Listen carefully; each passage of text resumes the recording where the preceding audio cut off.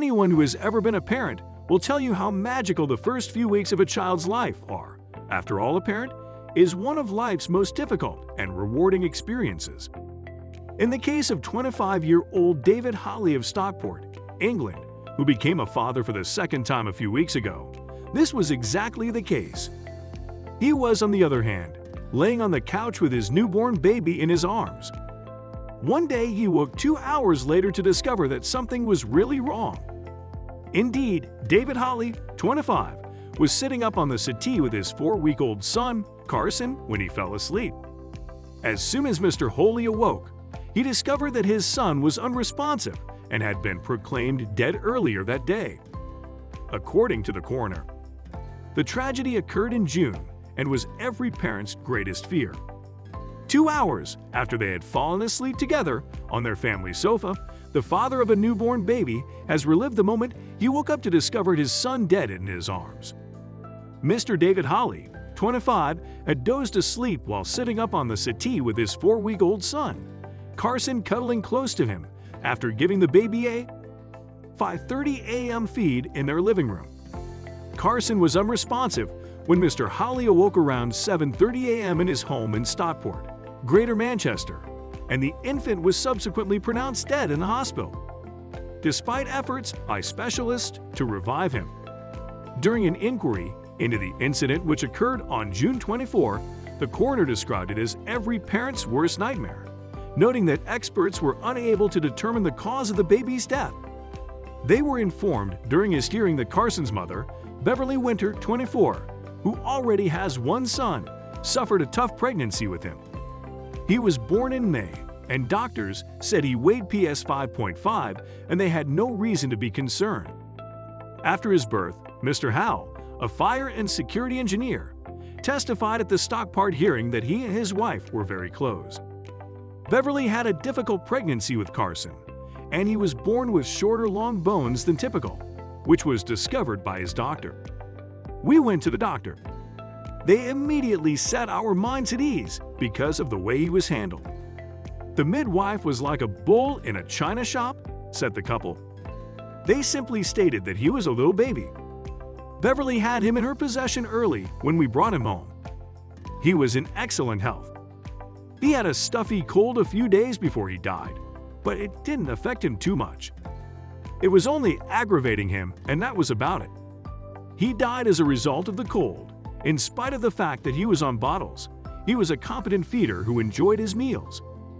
His sleeping patterns were inconsistent, but he appeared to be in good health the night before he died. He seemed a little clinging and out of sorts, but we didn't go too far into it, and even when he passed away, we didn't give it too much thought. He was sleeping in a crib next to us in the bedroom, said the mother. Beverly helped him into his cot, and he seemed to sleep soundly. He woke up at 5:30 a.m. and requested to be brought up if he had his heart set on something. He was good at communicating his desire for it. He wasn't crying out for attention in an unusual way. In the meantime, I took him downstairs and found him needing a feed, so I placed him on the sofa amid the cushions where he would be safe while I gave him a bottle. I then walked back inside the house and grabbed him up and sat it with him. For a while he appeared to have calmed down and nestled up to me. I was consoling him as the bottle warmed up, and I couldn't stop myself from admiring and marveling at him. In the meantime, he fell asleep on the sofa next to me, despite the fact that I wasn't totally lying down. I was right up against his back, and he was resting his hand on my arm. I'd just fallen asleep when I woke up.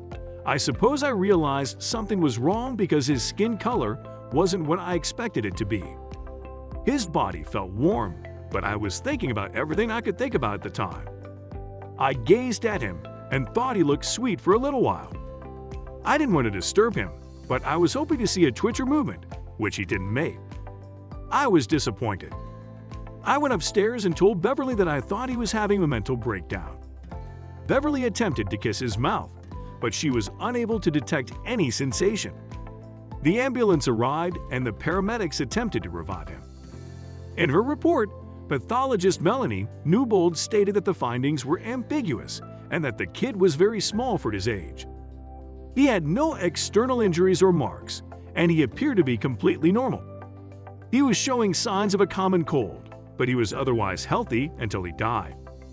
The practice of sleeping on a sofa or in a bed with adults can be dangerous, but we don't always understand why I had to document the cause of death as soon as it was determined. There's no evidence to suggest that any of these factors played a role, although they could have. Detective Inspector Graham Jenkins, who conducted the investigation into Carson's death, stated there was nothing concerning to us. I could tell it was a home that was filled with love and warmth. There were a lot of toys and photographs all throughout the place. Fortunately, there was a milk bottle out of the fridge that had been filled with water exactly as described. A crib could be found at the foot of the bed in their bedroom, and another child's bedroom, which was a gorgeous child's bedroom, could be found nearby. There is nothing in the speech that caused anyone to be concerned. He died peacefully with no signs of foul play at his death. While recording a narrative verdict, Coroner Allison Much told Mr. Hawley, "I'm sure you worry about your child every day. It must have been stressful at times, but you must have felt relief when they told you that you were small and therefore didn't have to be concerned about his size. You had him in your possession and took him home. He woke up from time to time as all small babies do. But you were doing an excellent job of caring for him. He appeared to be enjoying his meal and appeared to be settling into a routine he was developing normally, and the pathologist was unconcerned about the stage of his development. At the time of the examination, you took him to the doctor a number of times for minor issues, and each time the doctor gave you confidence that everything will be fine. I'm confident that if you had any worries in the months running up to his death, you would have sought professional guidance. His demise in the days preceding up to his death were not a source of anxiety.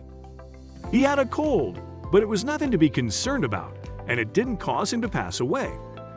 When you went to bed, he was sleeping next to you. He woke up at 5:30 a.m., as most newborns do, demanding attention and feeding. His father went downstairs with him and took a bottle of milk out of the refrigerator. It was necessary to get it warmed up first.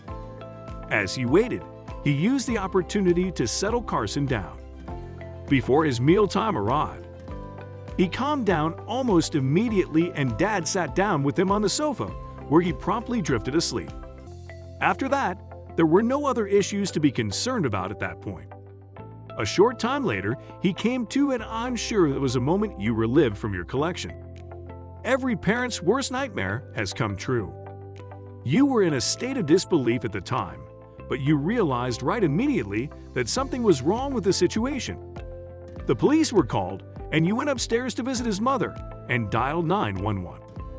A team of paramedics arrived and transported him to the hospital. The hospital tried everything they could to save his life, but he had already passed away. This occurred on the 24th of June. According to what I've heard, there were no unusual circumstances surrounding his death, and the pathologist was unable to provide a complete explanation for how he died. There was nothing strange about his death, and there was no evidence of anyone else being involved.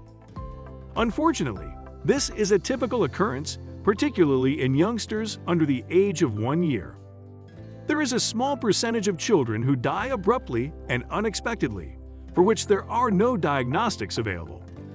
At this time, the pathologist was required to state that the cause of death had been determined. In the case, Carson died of a brief and unexpected death with no apparent cause, which is a risk in small babies and children. When a child dies, in this situation, it's a tragedy beyond comprehension. Some babies do die unexpected, and no one can be held responsible for their deaths. My condolences on the loss of your child as a result of this incident. Thanks for watching. Please like and share the video and social networks. We'll be right back to you as fast as we can.